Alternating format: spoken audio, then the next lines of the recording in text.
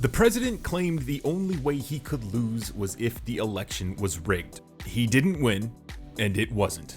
Here are 10 things we now know about the 2020 election. Number 10, a record number of people voted early and by mail. 107 million Americans.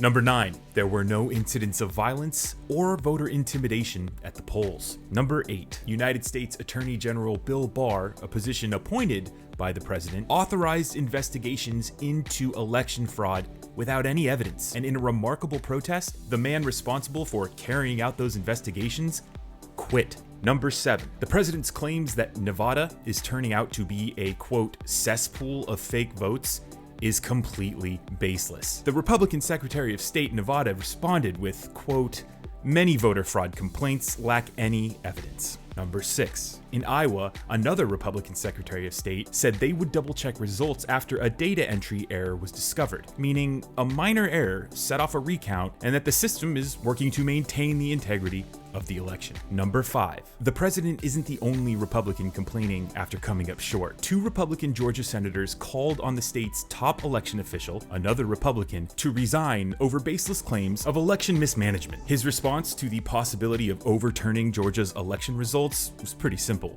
Quote, that is unlikely. Number 4, Pennsylvania was the focus of the president's bogus election fraud claims because the Keystone State put Biden over the 270 mark, making him the winner of the 2020 election. But the head of the Bipartisan County Commissioners Association of Pennsylvania said, quote, on election day, we didn't have any reports of anything significant. We have every reason to have confidence in the result of this election, as we do every other election. Number 3, back up to the federal level. The agency responsible for securing the election said there were no significant problems aside from the small, ordinary glitches. And that's critical coming from a federal agency after this election because many states used paper voting ballots in place of electronic voting machines they had used in previous elections. This strategy to switch to paper ballots helped prevent the losers of this election from spreading false claims that those machines had been corrupted and that the election was a farce. And while some Republican losers are still saying the election was a farce, having the hard evidence, those paper ballots, has immediately shut them down. And finally, many losers of this election are claiming that the ballot count was held in secret, but that's just not the case.